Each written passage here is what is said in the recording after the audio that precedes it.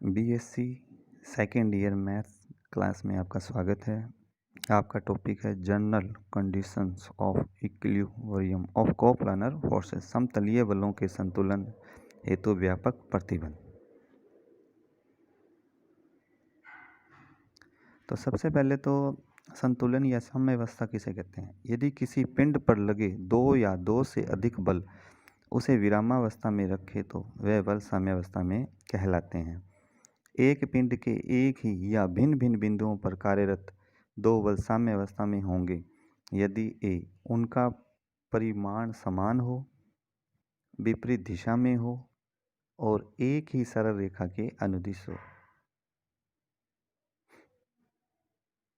उनका परिमाण समान हो, विपरीत दिशा में हो तथा एक ही सरल रेखा के अनुदिश हो।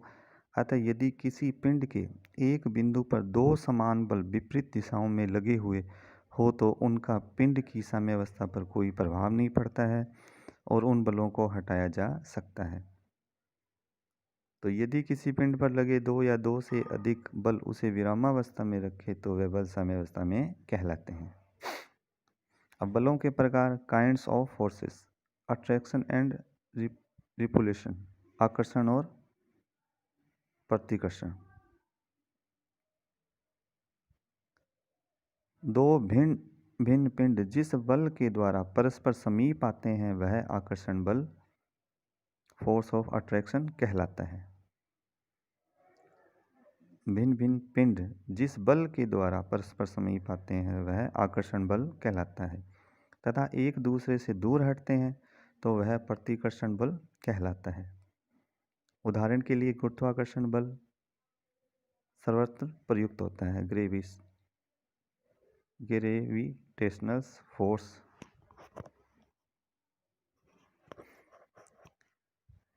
क्रिया और प्रतिक्रिया।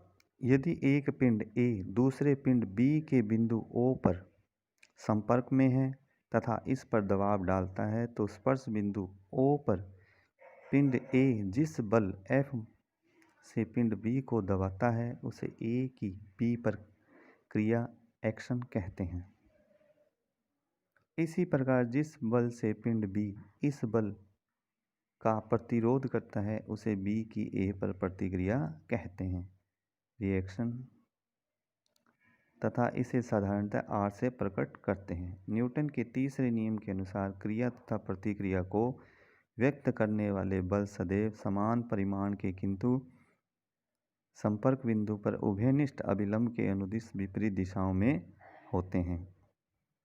टेंशन एंड थ्रस्ट, तनाव तथा प्रणोद। एक डोरी OA का एक सिरा एक स्थिर बिंदु O से बंधा है तथा दूसरे सिरे A पर m द्रव्यमान का एक पिंड लटका हुआ है। तो एक डोरी लेते हैं, उसका एक सिरा O बिंदु से बांध देते हैं और दूसरे सिरे A पर क्या करते हैं, m द्रव्यमान का एक पिंड लटका देते हैं। पिंड का भार mg ऊर्ध्वाधर नीचे की ओर वर्टिकली डाउनवार्ड क्रिया करता है जिससे डोरी तन जाती है अर्थात डोरी में खिंचाव पैदा होता है जो डोरी AO के अनुदिश अलोंग बिंदु O की ओर क्रिया करता है तथा इससे संतुलन बनता है। इस बल या खिंचाव को तनाव या टेंशन कहते हैं तथा इसे बहुधा T से व्यक्त करते हैं। तो T बराबर क्या होगा, mg।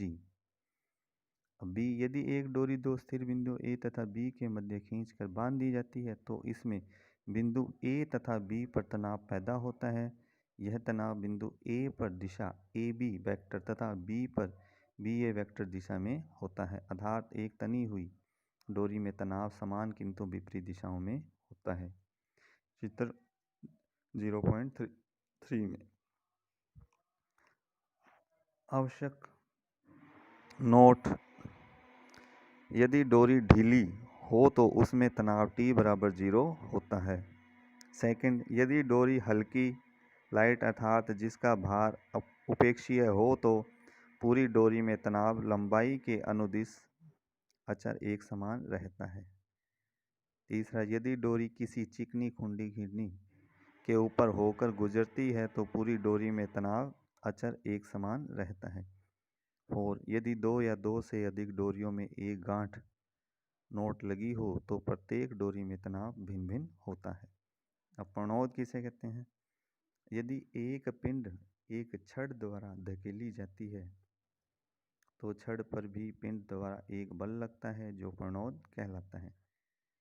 एक पिंड एक पिंड एक छड़ द्वारा धकेली जाती है तो छड़ पर भी पिंड द्वारा एक बल लगता है जो प्रणोद कहलाता है। यह छड़ में अंदर से बाहर की ओर तनाव के विपरीत दिशा में कार्य करता है। तो चित्र 0.4 में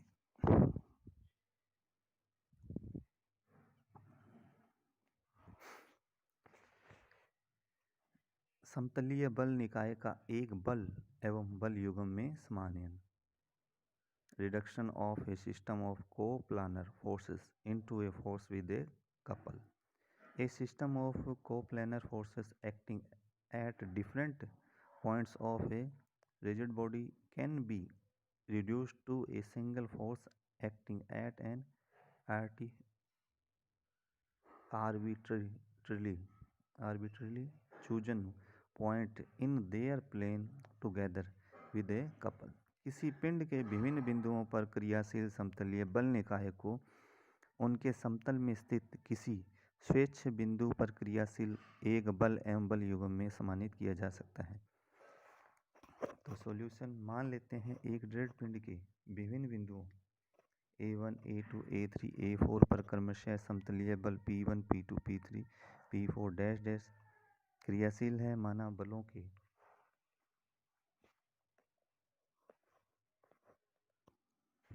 बलों के समतल में एक स्वेच्छ बिंदु O को मूल बिंदु तथा OX, OY निर्देशीय अक्ष ले तो A1, A2, A3, A4 के निर्देशांक क्रमशः x1, y1, x2, y2, x3, y3, x4, y4 dash dash है।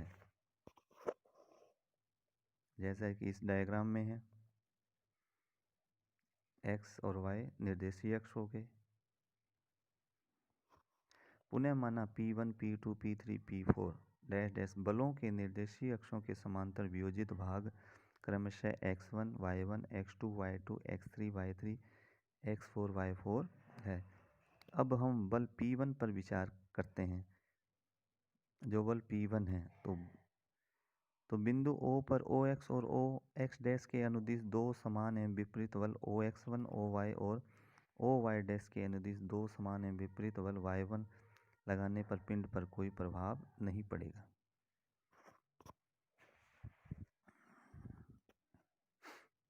अब A1 पर बल, जो A1 है आपको डायग्राम में दिखाई दे रहा है, उस पर बल X1 और O पर OX डैश के अनुदिश क्रियाशील बल X1 एक बल युग्म बनाते हैं जिसका दक्षिणावृत्त आघूर्ण Y1 X1 इसी प्रकार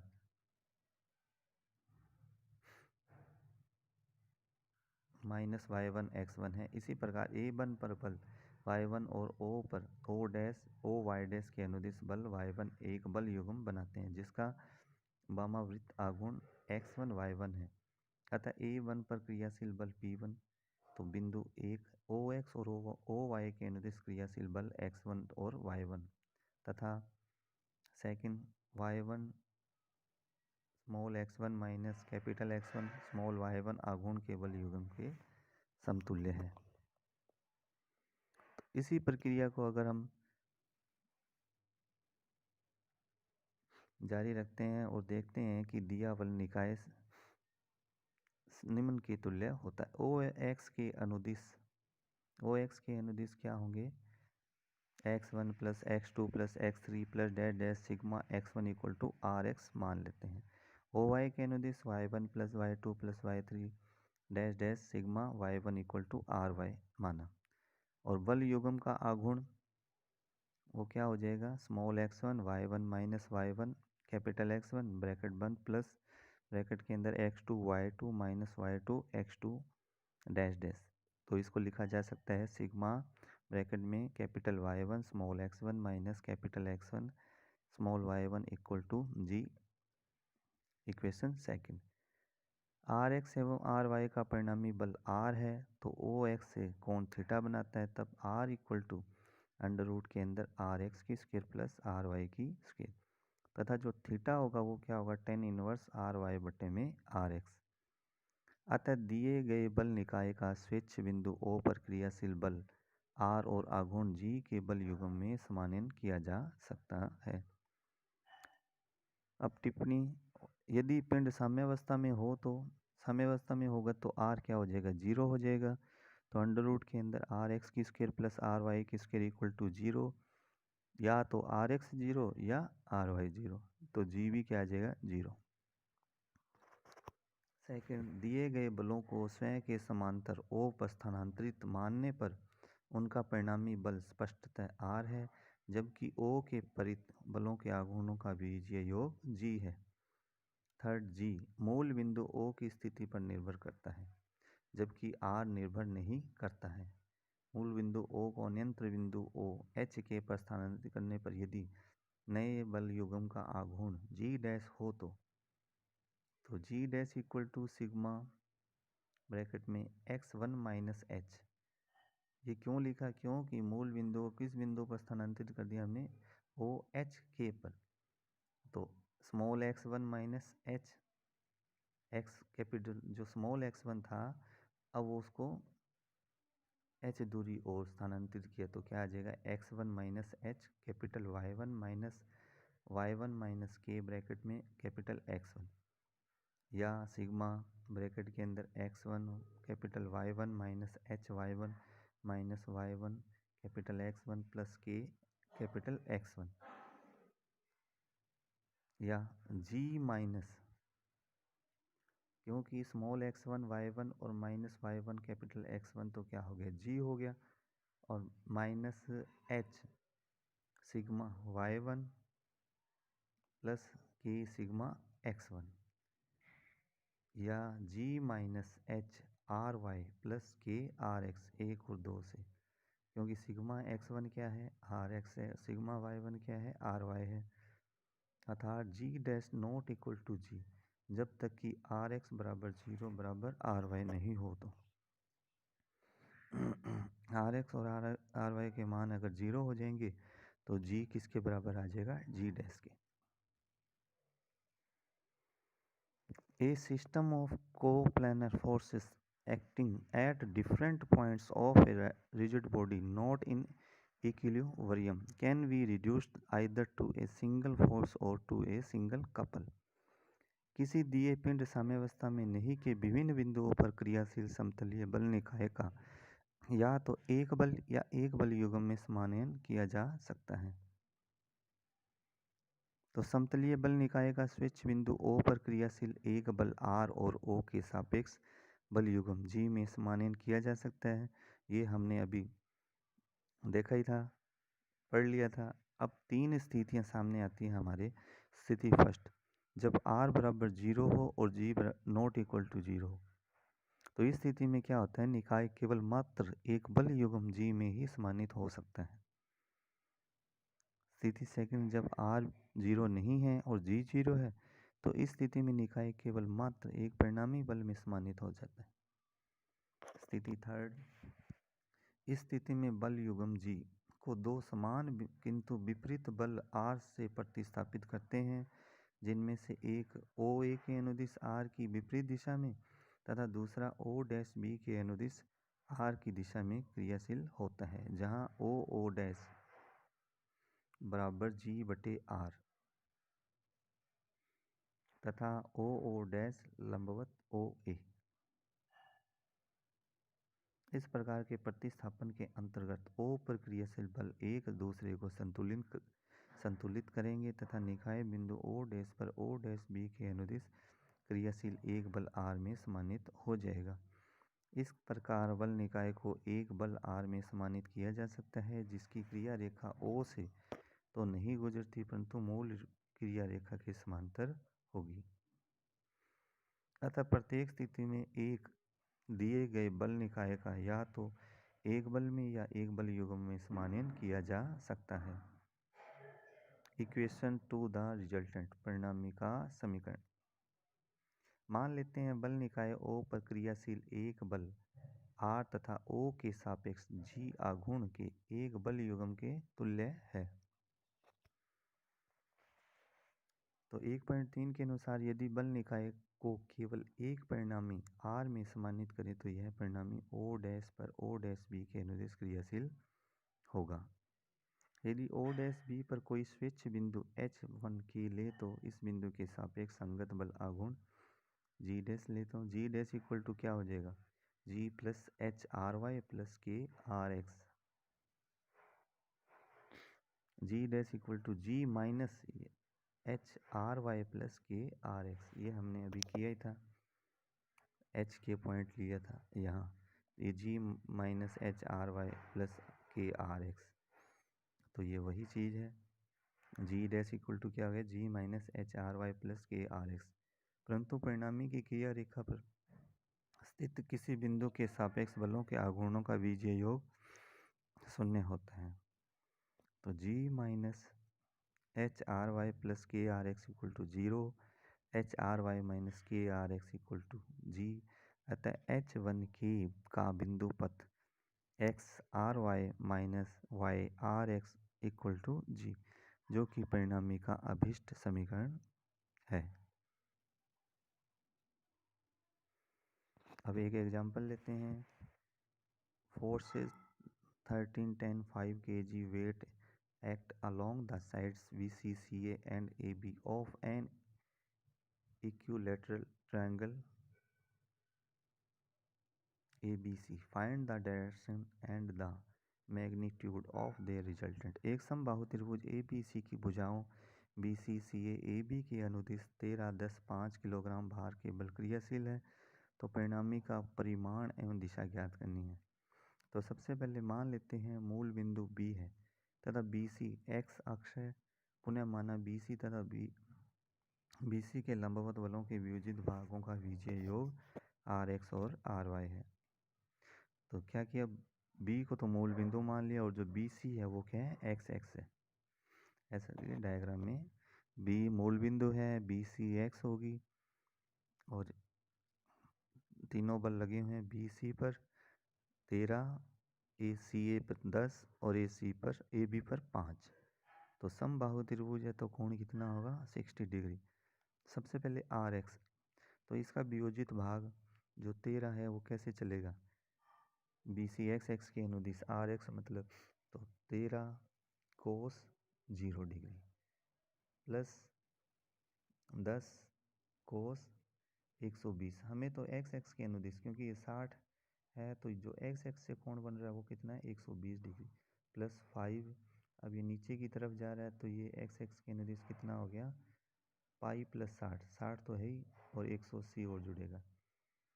तो RX इक्वल टू आ जाएगा 13 कोस 0 डिग्री प्लस 10 कोस 120 डिग्री प्लस 5 कोस पाई प्लस 60 यानी कि 240 डिग्री। तो RX क्या आ गया, कोस 0 का मान होता है 1, तो 13 प्लस कोस 120 होता है -1/2 और कोस पाई प्लस 60 भी क्या होगा, उसका मान भी -1/2। तो RX इक्वल टू है 13 -5 और -5/2। तो इसको सॉल्व करेंगे तो क्या है, 11/2।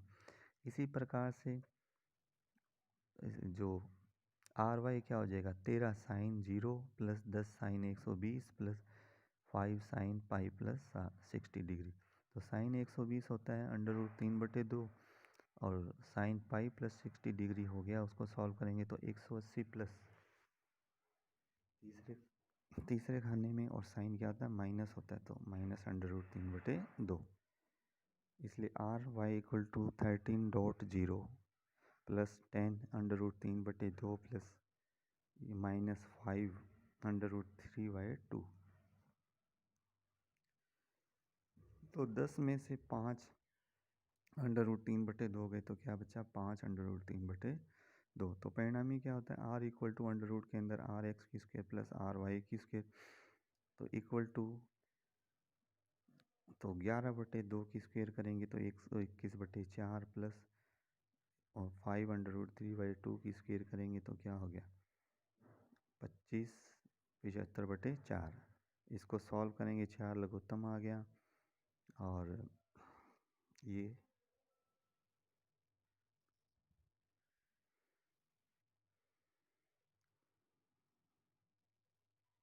196/4। फिर उसको सॉल्व करेंगे तो वो कितना हो गया, 49 हो गया। और 49 का लघुत्तम कितना होता है, 7 किलोग्राम भार।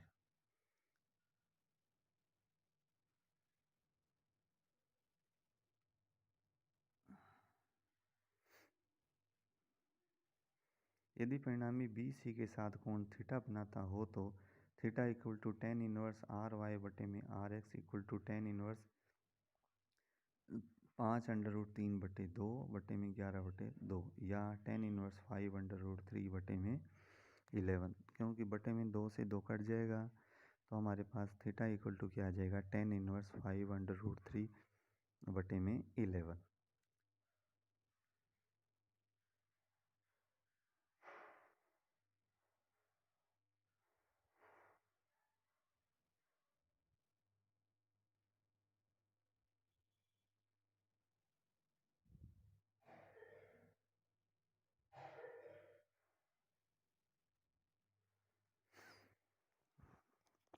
धन्यवाद।